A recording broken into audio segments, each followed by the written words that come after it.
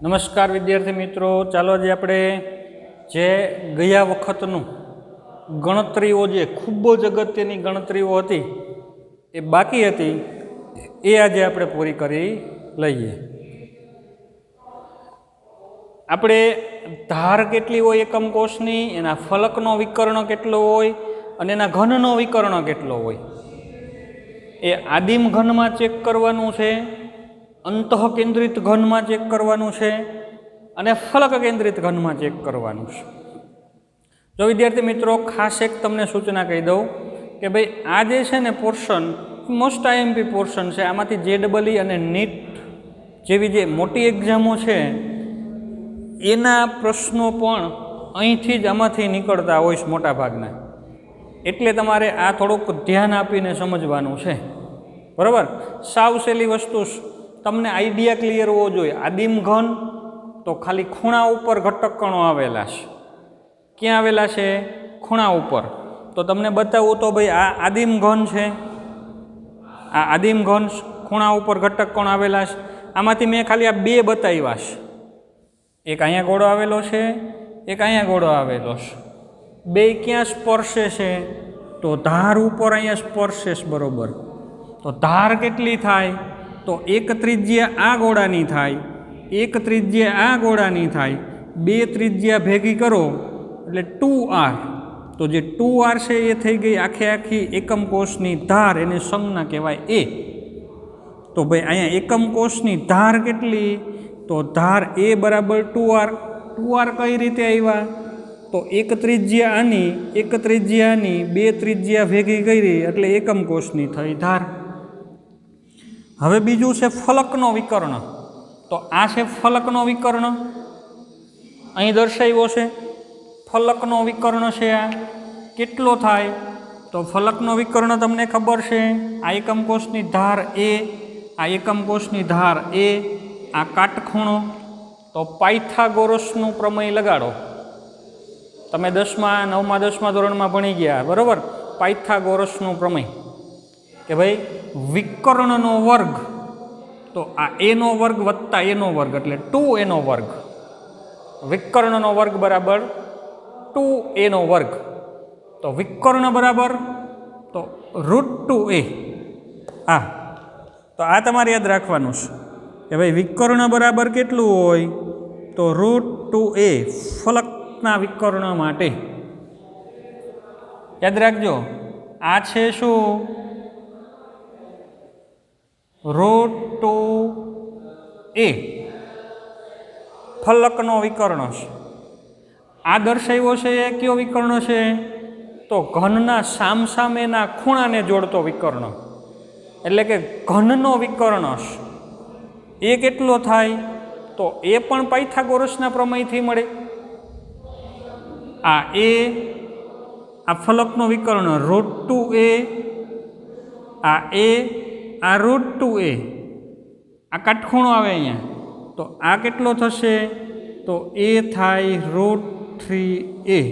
પાયથાગોરસનું પ્રમેય લગાડો એટલે ગયા વખતે મેં ગણતરી તમને એની સમજાવી હતી. તો તમારે આટલી વસ્તુ યાદ રાખવાની છે.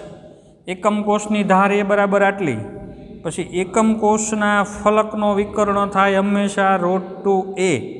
પછી આ યાદ રાખવાનું ન હોય, એ તો ઉપરથી કિંમત મૂકો એટલે એમણમાં આવી જાય. ઘનનો વિકર્ણ હંમેશા થાય √3a. પાયથાગોરસનું પ્રમેય લગાડો એટલે આ પણ ખબર પડી જાય, બરાબર. આપણે આમાં પણ સમજી લઈએ. તો આમાં જે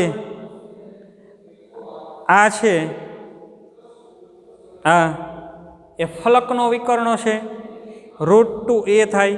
આ બધી ધારી તો એ છે, આ સામસામેના ખૂણા એ કેટલા થશે? તો એ √3a. ઘનનો વિકર્ણ √3a, ફલકનો વિકર્ણ √2a અને ધાર એની ખાલી એ બરાબર 2r. આમાં જે એ આવે ને 2r મૂકી દો એટલે એની કિંમત છે મળી ગઈ. તો આ આદિમ ઘન માટે આપણે આટલી વસ્તુ ચેક કરેલી હતી. હવે વિદ્યાર્થી મિત્રો આપણે શું જોવું છે આજે? અંતઃકેન્દ્રિત ઘનમાં બધું શું થાય? તો પહેલાં તો તમને અંતઃકેન્દ્રિત ઘન એટલે શું એનો આઈડિયા ક્લિયર હોવો જોઈએ. અંતઃકેન્દ્રિત ઘન કોને કહેવાય? પ્રથમ તો અંતઃકેન્દ્રિત ઘન એટલે એના આઠેય ખૂણા ઉપર ઘટક કણ આવેલા હોય, અને એક ઘટક કણ ક્યાં હોય? તો એના બરોબર અહીંયા સેન્ટરમાં આવેલો હોય. હવે એ સેન્ટરમાં જે ઘટક કણ આવેલો હોય ને એ આઠેય સાથે સંપર્કમાં હોય. કઈ રીતે? તો જો નીચેના આમ ચાર, જોજો આ ચાર ગોળા નીચેના હોય, એકબીજા સાથે સંપર્કમાં ન હોય. એની ઉપર અહીંયા વચ્ચે એક આવે ગોળો, આની ઉપર પાછા બીજા ચાર આવે. આમ તો ચાર નીચે આવ્યા, ચાર ઉપર આવ્યા, અને અહીંયા સેન્ટરમાં એક ગોળો આવશે બરોબર અહીંયા અંતઃકેન્દ્ર ઉપર. દર્શાવવું તો આ રીતે એને દર્શાવી શકાય.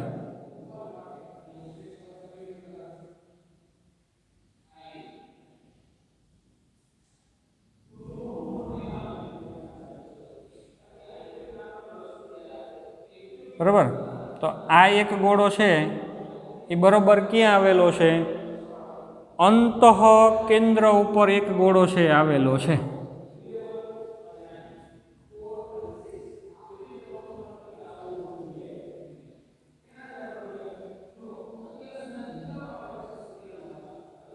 ચાલો આ રીતનું. હવે બાકીના ક્યાં આવેલા છે? તો બાકીના આઠે આઠ ખૂણા ઉપર. પણ મારે આઠેય ખૂણાની જરૂર નથી દર્શાવવાની. જો આઠેય ખૂણા ઉપર દર્શાવી દઈશ ને તો બધું ખીચડો થઈ જાય, એમાં ક્યાં કોણ છે એ ખબર જ નહીં પડે. કારણ કે આપણી ડાયાગ્રામ દોરવાની મર્યાદા હોય. બધું દર્શાવી દઈએ તો કંઈ ન ખબર પડે. જરૂર છે એટલું જ દર્શાવીએ માત્ર. તો જરૂર ક્યાં છે સમજવાની? તો અંતઃકેન્દ્ર એટલે અંતઃકેન્દ્ર ઉપર એક આવેલો છે, એને સંપર્કમાં હોય એવા સામસામેના ખૂણા ઉપર, એટલે એક અહીંયા આવેલો છે, એક એવડો જ ગોળો અહીંયા આવેલો છે, એક એવડો જ ગોળો છે અહીંયા આવેલો છે. આ એનું કેન્દ્ર છે. બરાબર? તો આપણને અંતઃવિકર્ણ મળી જાય. જો કારણ કે અંતઃવિકર્ણ તો ખબર જ છે √3a હોય. અહીંયા ફલકનો વિકર્ણ અગત્યનો નથી. જો નોંધ કરીએ આપણે અહીં કે ભાઈ આના માટે ફલકનો વિકર્ણ કેટલો થાય?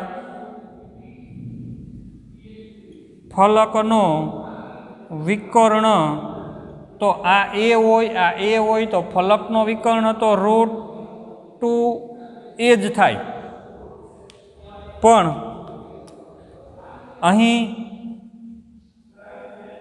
અગત્યનો નથી, કારણ કે ત્યાં કંઈ ગોળો એકેય નથી આવતો.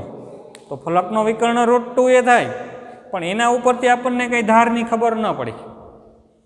અહીંયા અગત્યનું છે ઘનનો વિકર્ણ. નોંધ કરીએ આપણે, ઘનનો વિકર્ણ આ અગત્યનો છે.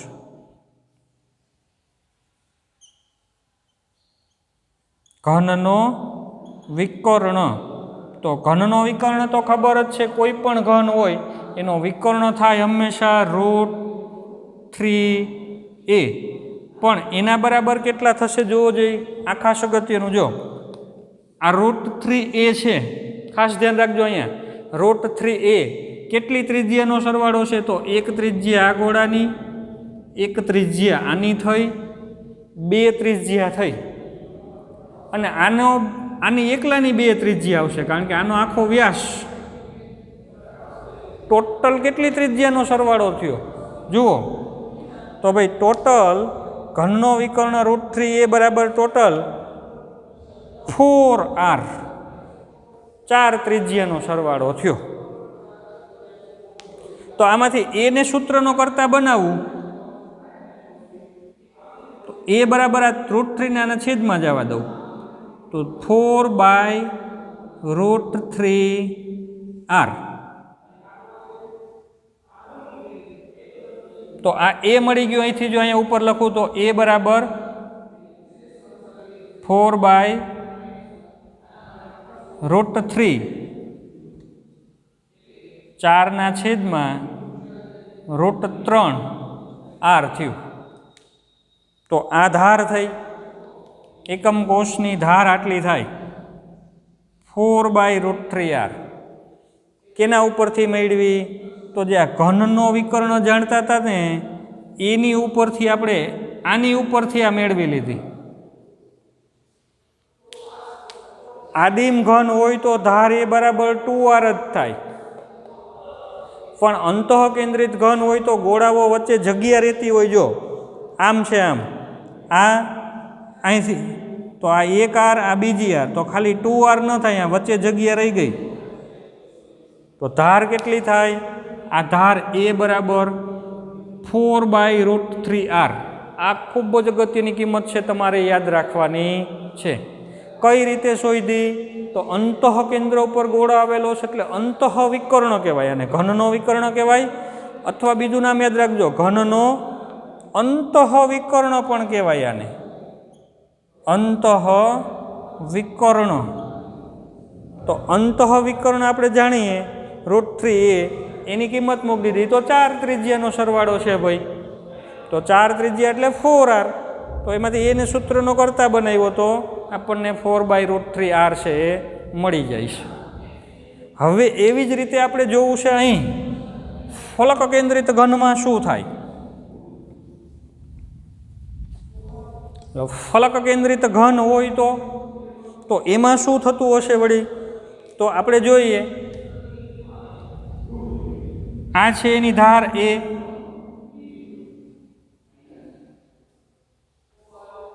બરોબર?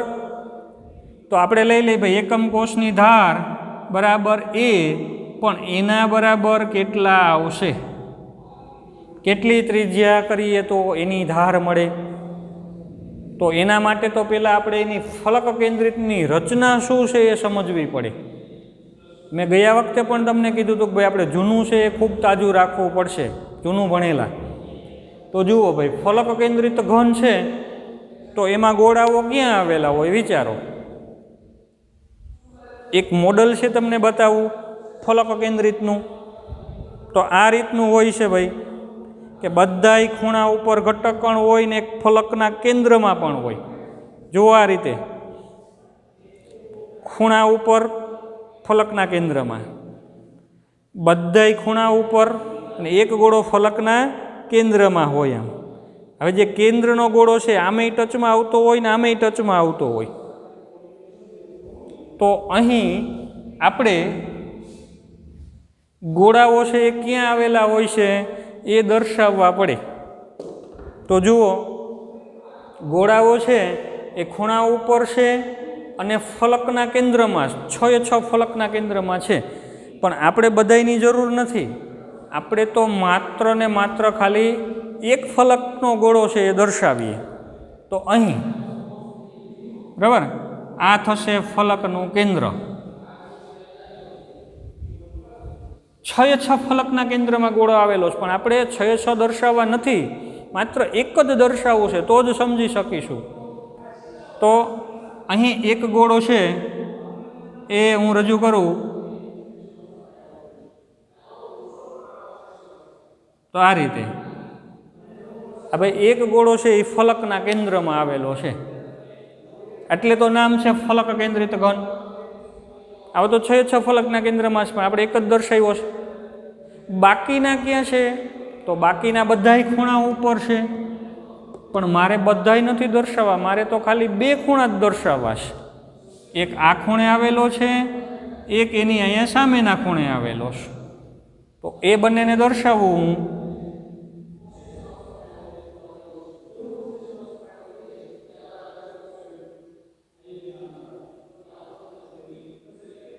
આવી રીતનું, બરોબર?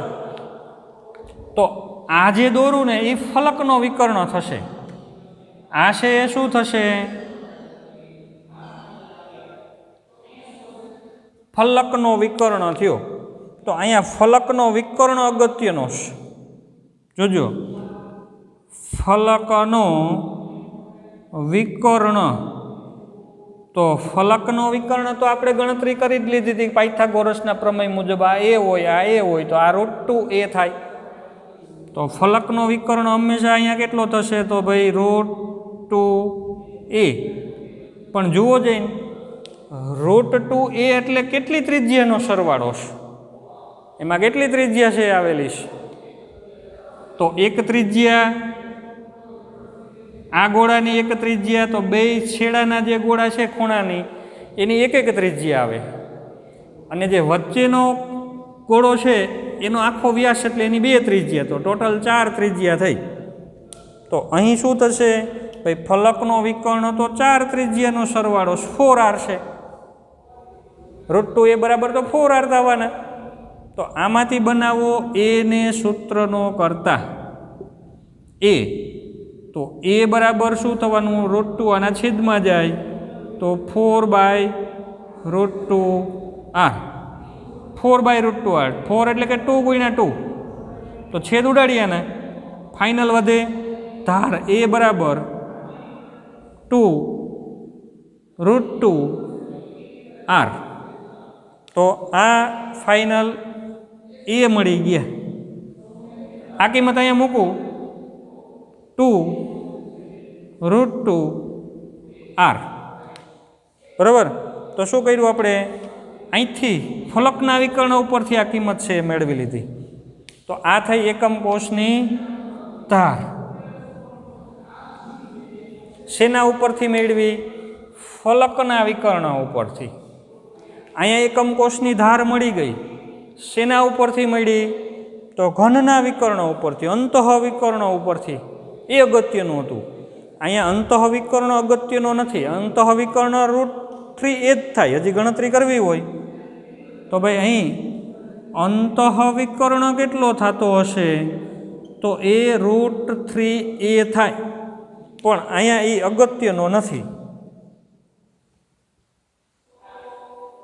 અગત્યનો નથી. એની ઉપરથી એની કંઈ જરૂર નહોતી. ફલકનો વિકર્ણ અગત્યનો હતો, કારણ કે ફલકના કેન્દ્રમાં એક ઘટક કણ હતો. અહીંયા ઘનનો વિકર્ણ અગત્યનો હતો, કારણ કે અંતઃ વિકર્ણ અગત્યનો હતો. અંતઃકેન્દ્રિત ઘન છે એટલે અંતઃકેન્દ્ર ઉપર ગોળો હતો, એના ઉપરથી ધાર મેળવી લીધી. અહીંયા ધાર મેળવવા માટે કંઈ જરૂર નહોતું, સીધું જ ધાર a બરાબર 2r.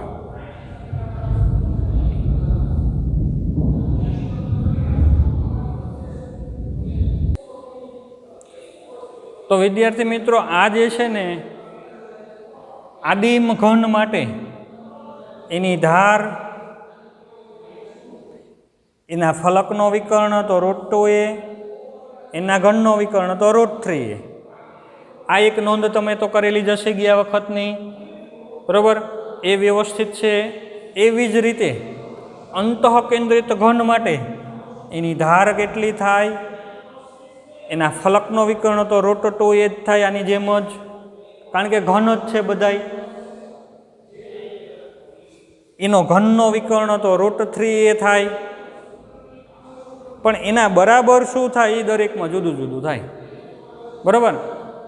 તો આ નોંધ તમારી નોટબુકમાં વ્યવસ્થિત કરી લ્યો, કારણ કે આ ગણતરીનો હવે આપણે નેક્સ્ટ ટાઈમ આના પછી એટલે કે ટોપિક છે એમાં એનો ઉપયોગ કરવો છે. ફલક કેન્દ્રિત ઘન હોય તો એમાં એકમ કોષની ધાર, ફલકનો વિકર્ણ તો √2a બરાબર 4r ઉપરથી 2√2r. આ તમારી નોટમાં સરસ રીતે વ્યવસ્થિત ઉતારી લ્યો. ચાલો, આટલું વ્યવસ્થિત ઉતારાઈ જાય એની તમે થોડીક તમારી રીતે થોડીક એની અધ્યયન પૂરું વ્યવસ્થિત કરી લ્યો. પછી તમારે યાદ મૂળ શું રાખવાનું છે? તો આ આદિમ ઘન માટે ધાર a બરાબર 2r યાદ રહેવું જોઈએ. Most IMP.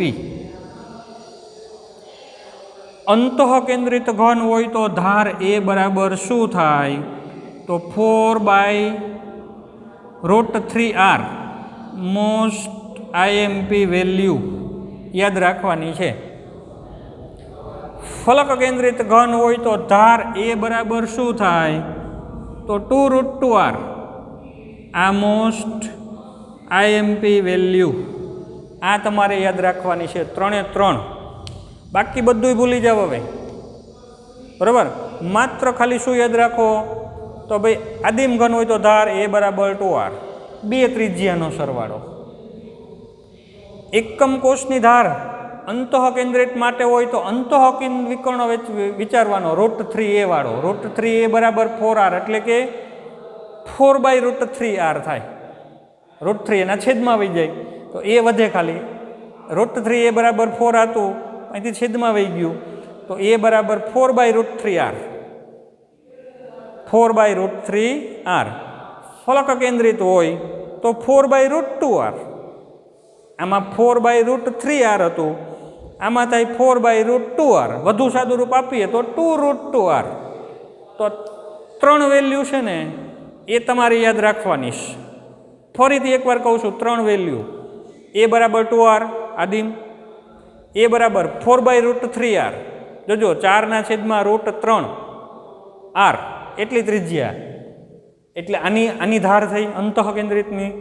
ફલક કેન્દ્રિત તો 4/√3 નહીં પણ √2, 4/√2R એટલે કે 2√2R. તો એ થઈ ફલક કેન્દ્રિતની ધાર. 3 કિંમત યાદ રાખો. ચાલો એના ઉપરથી આપણે એક ખૂબ જ અગત્યનું એવું એક કોષ્ટક છે તૈયાર કરવું છે.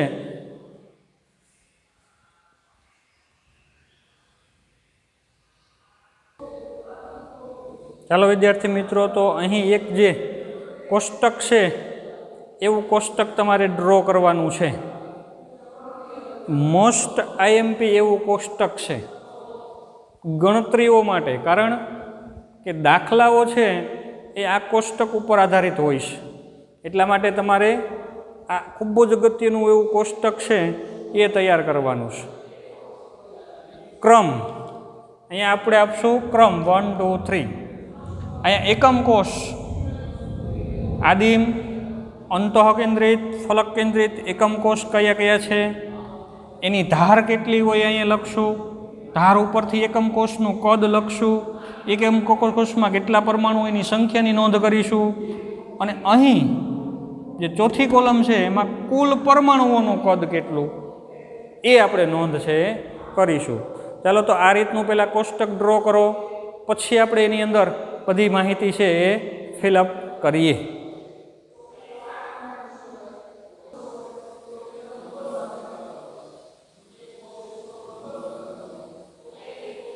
ચાલો વિદ્યાર્થી મિત્રો, તો અહીં એક જે કોષ્ટક રજૂ કર્યું છે એમાં તમારે માહિતી પૂરવાની છે. અહીં આપણે એકમ કોષની નોંધ કરીશું કે ભાઈ એકમ કોષ તરીકે શું છે. તો ભાઈ એકમ કોષ તરીકે અહીંયા આપણે પ્રથમ આદિમ ઘન લઈએ. બીજા એકમ કોષ તરીકે અંતઃકેન્દ્રિત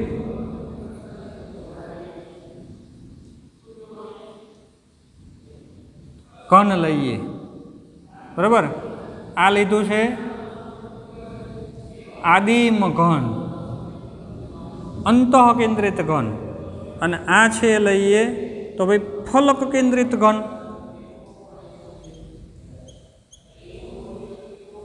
કે જેના ફલકના કેન્દ્રમાં એક એક ગોળો આવેલો છે, પરમાણુ આવેલો છે. તો 3 એકમ કોષ માટે માહિતી એકઠી કરવી છે આપણે. હવે આપણે જોઈએ આની ધાર કેટલી થાય. ચાલો તો તમને યાદ જ હશે, હજી થોડાક જ સમય પહેલાં 3 ધારના સૂત્ર આપણે મેળવ્યા. તો પહેલાં તો આને ધાર તરીકે સંજ્ઞા આપીએ એ. તો આદિમ એકમ કોષ માટે ધાર એ બરાબર તો 2 ત્રિજ્યાનો સરવાળો 2R એ એની ધાર થશે. અંતઃકેન્દ્રિત ઘન હોય તો એમાં એની ધાર એ બરાબર કેટલું થશે યાદ કરો. કોના છેદમાં √3 આવતા હતા તો 4R. તો ભાઈ √3r એ થઈ એના એકમ કોષની ધાર. બરાબર. ફલક કેન્દ્રિત ઘન હોય, ફલક કેન્દ્રિત, તો એના એકમ કોષની ધારની લંબાઈ શું થાય?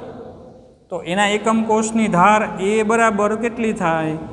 તો 4/√2r.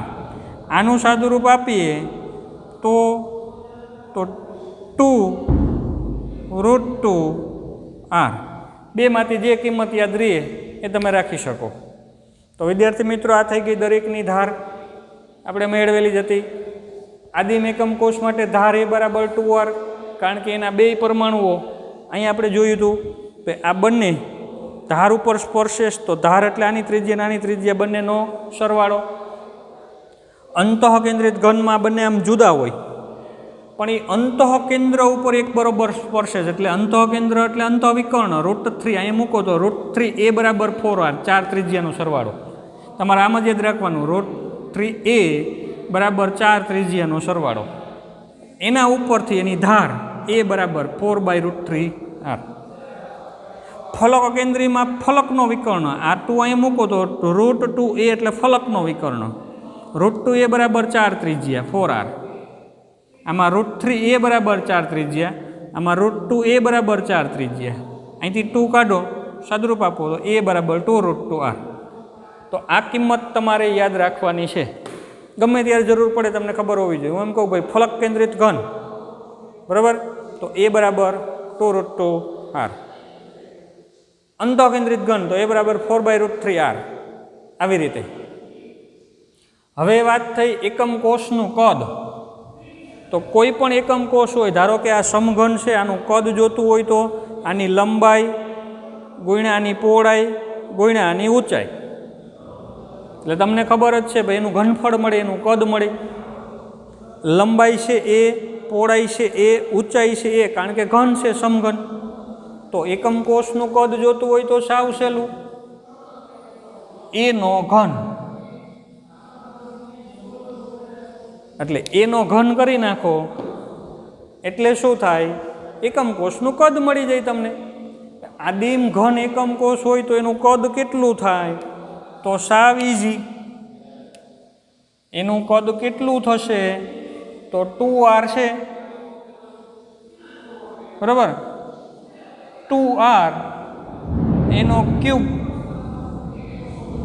એટલે કે કેટલું થશે? ચાલો એની ગણતરી તમારે કરવાની. 2 ગુણ્યા 2 ગુણ્યા 2 કેટલા આવશે? તો જે આવતા હોય એટલા આરનો ઘન થાય.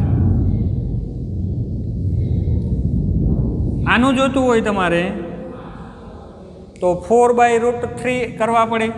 4/√3r અને આ બધાયનો ઘન કરવો પડે.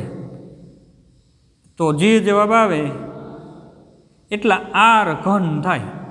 4/√3 કરવાના, પછી એનો ઘન કરવાનો, એટલા આર ઘન થાય. ગણતરી કરજો તમે. એ યાદ નથી રાખવાનો, આ અંક યાદ નથી રાખવાનો, ધાર યાદ રહે ને એટલે એના ઉપરથી જ આ ગણતરી કરી લેવાની હોય. તમને એમ પૂછે કે ભાઈ એકમ કોષ છે ફલક કેન્દ્રિત, એના એકમ કોષનું કદ કેવડું થાય? ફલક કેન્દ્રિત ઘન એકમ કોષ છે કે એનું કદ કેટલું હશે? તો 2√2r નો ઘન કરી નાખવાનો. કેટલું થાય? તો ભાઈ 2√2r એનો ઘન. તો પહેલાં તો તમારે 2 નો ઘન કરવો પડે. 2 ગુણ્યા 2 ગુણ્યા 2, પછી √2 ગુણ્યા √2 એટલે પાછા 2, અને પાછા √2 એક વખત આવશે. તો આટલાનો ઘન કરો અને પછી r ક્યુબ કરો તો એ એના એકમ કોષનું કદ થાય. એ જ્યારે જરૂર પડે ત્યારે ગણતરી કરી લેવાની. એ અંક કંઈ યાદ રાખવાની જરૂર નથી, બરાબર. પણ આ રીતે એના એકમ કોષનું કદ મળે. હવે વાત આવી પ્રતિ એકમ કોષ પરમાણુની સંખ્યા. હાલો ભાઈ, આ એકમ કોષ છે આદિમ ઘન છે, આ એકમ કોષ આદિમ ઘન છે. એના એક એકમ કોષમાં કેટલા પરમાણુઓ છે? તો પહેલી દ્રષ્ટિએ તમે કહેશો કે સાહેબ ઉપર 4 છે, નીચે 4, ટોટલ 8 પરમાણુથી બનેલો છે. પણ એ તો આપણને હવે ખબર જ છે કે ભાઈ 8 8 આના નથી, આ તો ખાલી એક જ પરમાણુથી બનેલો છે. તો આમાં શું આવશે? પ્રતિ એકમ કોષ પરમાણુની સંખ્યા આવશે માત્ર 1. આપણે 2 વખત આની સમજૂતી મેળવી લીધી, અગાઉ પણ ભણ્યા હતા અને એના પહેલા લેક્ચરમાં પણ સમજ્યા હતા. અંતઃકેન્દ્રિત ઘન હોય એટલે ખૂણા ઉપરના 8 થઈને 1 થાય, અને એક અંતઃકેન્દ્ર ઉપરનો તો આખો એનો જ ગણાય. તો 2 પરમાણુઓ થાય એમાં. પ્રતિ એકમ કોષ પરમાણુની સંખ્યા કેટલી થાય? ખાલી 2. કઈ રીતે? તો અંતઃકેન્દ્ર ઉપરનો 1 અને 8 8 ખૂણા ઉપરના ભેગા થઈને એના કટકા ભેગા થઈને 1 બને, એટલે 1 + 1 એટલે 2 થયા. ફલક કેન્દ્રિત ઘન હોય તો એક એકમ કોષમાં પરમાણુની સંખ્યા કેટલી થશે? તો 4 થાય. એની સમજૂતી પણ આપણે ભણી ગયા છીએ, લઈ લીધેલી છે સમજૂતી. ફલક 6 હોય, 6 ફલકનું તો અડધું અડધું ગણાય એટલે 3 થાય. ખૂણા 8 હોય એનો 8મો ભાગ ગણાય એટલે 1 થાય. તો 1 ખૂણાના થયા, 3 ફલકના થયા, ટોટલ થયા 4. તો આ રીતે આપણે ગણતરી છે એ કરવાની હોય. બરાબર. હવે વાત આવી કે એકમ કોષમાં જે પરમાણુ આવેલા છે એનું કુલ કદ કેટલું થાય? એકમ કોષમાં જે પરમાણુઓ છે એ કુલ પરમાણુઓનું કદ કેટલું થશે? બધાય પરમાણુઓનું કદ. તો તમને ખબર છે કોઈ પણ પરમાણુ હોય ને, જો પરમાણુ એટલે એક આવો ગોળો છે, r ત્રિજ્યાવાળો ગોળો, આવી રીતનો. વર્તુળ નથી, ત્રિપરિમાણમાં આવો r ત્રિજ્યાવાળો ગોળો છે. બરાબર. આવો એક શું છે? એ ગોળો છે. ત્રિજ્યા છે એની કેટલી? તો r. તો r ત્રિજ્યાવાળા ગોળાનું કદ કેટલું? આ એક પરમાણુનું કદ કેટલું? યાદ કરો સૂત્ર, ગોળાના કદનું સૂત્ર, ગોળાનું ઘનફળ. ગોળાનું ઘનફળ. તો જો એની ત્રિજ્યા r હોય તો 4/3 πr3 કેટલું થશે? તો ભાઈ 4/3 πr3, 4/3 πr3 થાય. બરાબર. તો આદિમ ઘન હોય, આદિમ ઘન એમાં તો એક જ ગોળો છે, ખાલી એક જ પરમાણુ. તો એક પરમાણુનું કદ તો કેટલું થાય? તો ખાલી આટલું જ થશે ભાઈ, 4/3 πr3. એમાં રહેલા ગોળાનું કદ એટલું હોય. અંતઃકેન્દ્રિત ઘન હોય તો એમાં તો 2 પરમાણુ આવેલા હોય છે. 2 પરમાણુનું કદ કેટલું થાય? તો 2 × 4/3 πr3 થાય. તો આનું સાદુરૂપ આપો તો કેટલા r3 થશે? 2 × 4 એટલે 8, 8/3, પાય એટલે 3.14, એટલે આમ તો 3 3 ઉડી જાય, ઉડાડવા હોય તો થોડુંક વધે. તો 4 દુ 8, 8 પોઈન્ટ સમથિંગ આવે. અહીંયા 8 પોઈન્ટ કંઈક આવશે, ગણતરી કરજો. બરાબર. અહીંયા કેટલા આવે? તો પાય એટલે 3.14/3, આ 3 ને આ 3 3 ઉડી જાય. તો 4 પોઈન્ટ કંઈક આવશે, 4 પોઈન્ટ સમથિંગ એટલા r3 થશે. બરાબર. ગોળાનું કદ થશે એટલું. અહીંયા ફલક કેન્દ્રિત ઘન હોય એનો એકમ કોષ, તો એ તો 4 ગોળા આવેલા છે, એક ગોળાનું કદ આટલું થાય. તો 4 ગોળાનું 4 પરમાણુ, 4 પરમાણુનું પદ કેટલું થશે? તો 4 4/3 πr3. આ 3 3 ઉડી ગયા, જોકે 16. આનું સમથિંગ વધશે કંઈક, તો 16 પોઈન્ટ સમથિંગ r3 થાય. તો આ થયા પરમાણુઓનું કદ. હવે વિદ્યાર્થી મિત્રો, આપણે જે ભણવાનું છે ને, શા માટે કોષ્ટક લખાવ્યું? આ કોષ્ટક કેમ મોસ્ટ આઈએમપી? તો પહેલી વસ્તુ તો એ કે આ તમને કિંમતો યાદ રહેવી જોઈએ. આખા કોષ્ટકમાં માત્ર ને માત્ર યાદ રાખવાવાળું આટલું જ છે. જો આખા કોષ્ટકમાં તમારે આ 3 કિંમતો યાદ રાખો ને, આખું કોષ્ટક યાદ રહી જાય. એના ઉપર જ છે બધું. આનો ઘન કરો એટલે એકમ કોષનું કદ મળે. પ્રતિ એકમ કોષમાં પરમાણુની સંખ્યા તો આપણે આગળ ભણી ગયા. એક ગોળાનું ઘનફળ એક યાદ રાખવું પડે, એક આ યાદ રાખવું પડે. એક ગોળો હોય તો 4/3 પાયર ક્યુબ થાય. હવે આના ઉપરથી આપણે નેક્સ્ટ ટાઈમ પેકિંગ ક્ષમતા નામની એક રાશિ છે એની ગણતરી કરશું.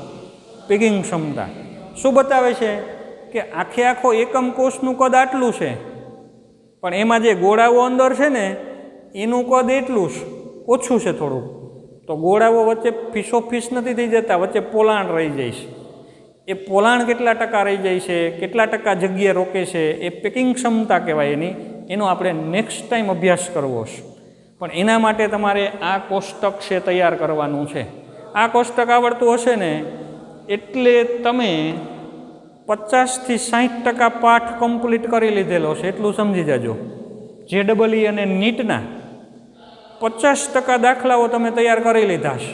જો આ કોષ્ટકમાં માત્ર ખાલી આ 3 કિંમતો યાદ રાખી લ્યો,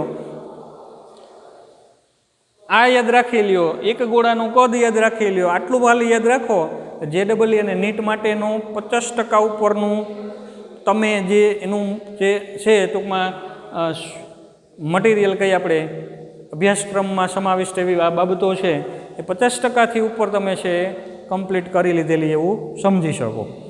ચાલો, તો એટલા માટે મોસ્ટ IMP લખ્યું છે. નેક્સ્ટ ટાઈમ આના ઉપરથી જ આપણે શું ભણીશું તો પેકિંગ ક્ષમતા, બરાબર, એનો અભ્યાસ છે કરીશું. Thank you.